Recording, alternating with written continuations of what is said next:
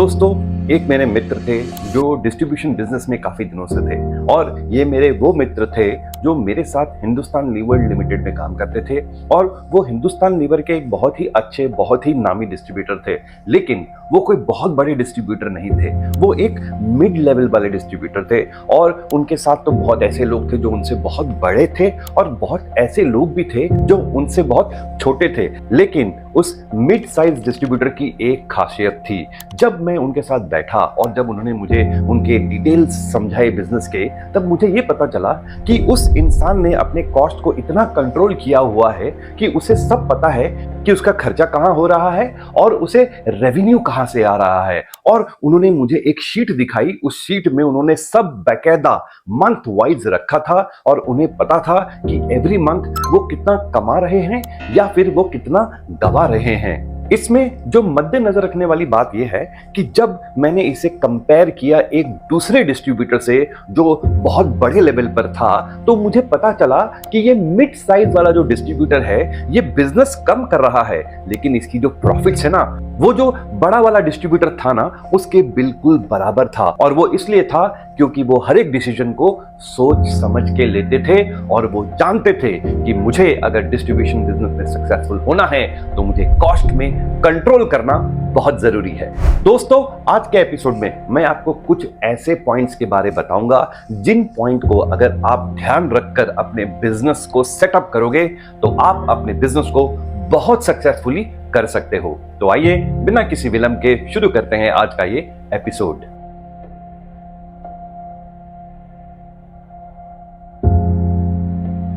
पहली चीज जिसका आपको ध्यान रखना है वो है आपका बीट, वो है आपके आउटलेट, वो है आपके रूट को। मतलब किस रूट को आप कवर करने वाले हैं, किस आउटलेट्स को आप कवर करने वाले हैं।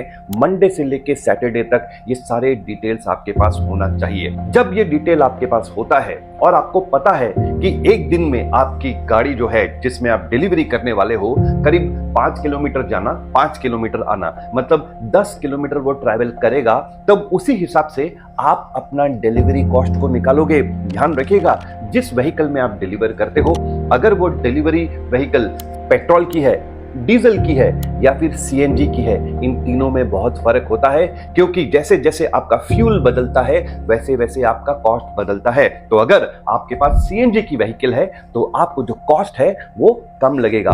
और आपने जब ये डिटेल निकाला तो आपको पता चला कि एक दिन का जो डिलीवरी कॉस्ट है वो आपका करीब 1000 रुपए है। एक महीने में आप 24 वर्किंग डेज में डिलीवरी करोगे तो वो 1000 रुपीज का जो डिलीवरी कॉस्ट है, जब हम इसको 24 डेज के साथ मल्टीप्लाई करते हैं तब हमारे पास जो आंकड़ा आता है वो आता है 24,000 रुपए। मतलब आपका जो मंथली डिलीवरी कॉस्ट है वो है 24,000 रुपीज। अब हम सेकंड पॉइंट पे आ जाते हैं। सेकंड पॉइंट क्या है? देखिए, जब आप डिस्ट्रीब्यूशन का काम चालू करोगे तब आप बिल्स बनाओगे, आपको मार्केट आउटस्टैंडिंग के ऊपर एक कंट्रोल रखना पड़ेगा और आपको हर एक रिपोर्ट सिस्टम में चाहिए होगा। और जब आप ऐसा करोगे तो वो हवा में तो नहीं होने वाला, उसके लिए आपको एक इंसान रखना पड़ेगा और आप किसी को भी नहीं रख सकते। याद रखिए दोस्तों, man power is the most important element of any business. आप अच्छे लोगों को रखो और अच्छे लोग क्या है, एक कॉस्ट पे आते हैं। तो मैं मिनिमम 20,000 रुपीज का कॉस्ट पकड़ के ले लेता हूं। जो आदमी आपका बिलिंग बनाएगा, आपके मार्केट आउटस्टैंडिंग को चेक करेगा।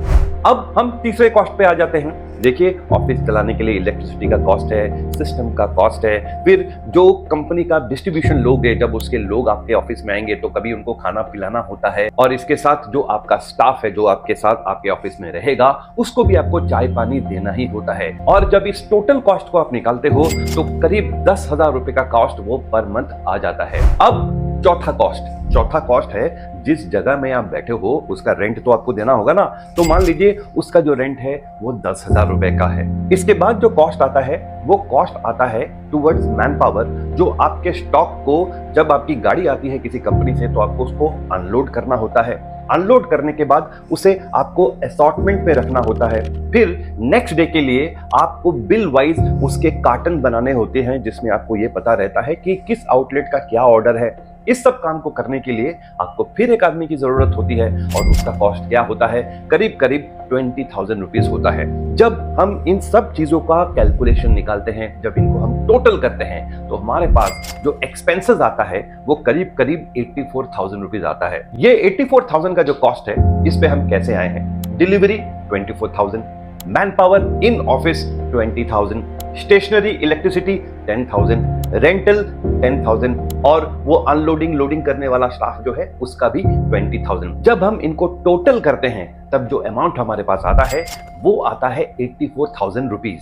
दोस्तों, अब गौर फरमाने वाली बात क्या है, याद रखिए, मैं ये अनुमान लगा रहा हूं आप मंथली 10 लाख का बिजनेस कर रहे हैं। जब आप 10 लाख का बिजनेस करते हैं तो आपको 5 लाख रुपीस की इन्वेंट्री आपके पास रखनी पड़ती है, मतलब 15 डेज की इन्वेंट्री आपके पास होनी चाहिए। सेकेंडली, अगर आप 10 लाख का बिजनेस कर रहे हो, मार्केट में 50% क्रेडिट समझ के ले लो, तो आपका मार्केट में करीब 5 लाख रुपए एनी टाइम लगे हुए रहेंगे। तो 5 लाख और 5 लाख को हम जब टोटल करते हैं, 10 लाख रुपए का तो ये इन्वेस्टमेंट हो गया। इसके साथ आपके पास कुछ ओवरहेड एक्सपेंसेस भी होंगे जिसका प्रोविजन आपके पास पहले से ही होना चाहिए, तो मैं उसका एक 5 लाख रुपए पकड़ के लेता हूं। तो टोटल कितना हो गया?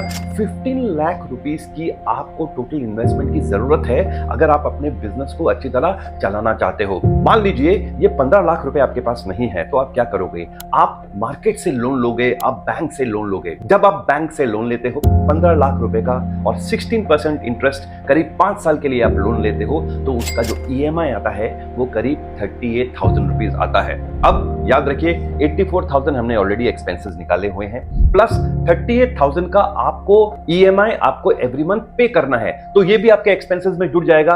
तो आप जब 38,000 को 84,000 से ऐड करते हो तो 1,22,000 आपका तो मंथली एक्सपेंस हो गया। और जैसा कि मैंने आपको पहले कहा, 10 लाख का बिजनेस कर रहे हो, 10 लाख का एक डिस्ट्रीब्यूटर को 10% ऑन कॉस्ट मिलता है।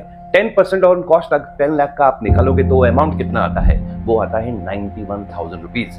मतलब तो आपका रेवेन्यू 91,000 रुपीज है, आपका एक्सपेंस 1,22,000 रुपीज है। जब इन दोनों को आप माइनस करोगे तो आप 31,000 का लॉस एवरी मंथ बना रहे हो। याद है मैंने आपको अभी थोड़ी देर पहले कहा था, वो 5 लाख रुपए का जो प्रोविजन जो आप बना के रख रहे हो ना, जब आप लोन ले रहे हो, उसको अगर मैं कैलकुलेट करता हूं और मैं ये देखता हूं कि आपका 31,000 का एवरी मंथ लॉस है, तो वो 5 लाख रुपए आप 16 मंथ्स में यूटिलाइज कर लोगे और उसके बाद आप कंप्लीट लॉस में आने शुरू हो जाओगे। तो दोस्तों, क्या ये बिजनेस सेंस रखता है? ये बिजनेस सेंस बिल्कुल नहीं रखता। लेकिन फिर भी दोस्तों, बहुत ऐसे लोग हैं जो डिस्ट्रीब्यूशन बिजनेस को बहुत सक्सेसफुली, बहुत अच्छी तरह चलाते हैं। अगले एपिसोड में मैं आपको बताऊंगा कि वो सक्सेसफुल किस तरह होते हैं। लेकिन तब तक के लिए थोड़ा सा इंतजार, अगले एपिसोड में फिर आपके साथ मुलाकात होगी।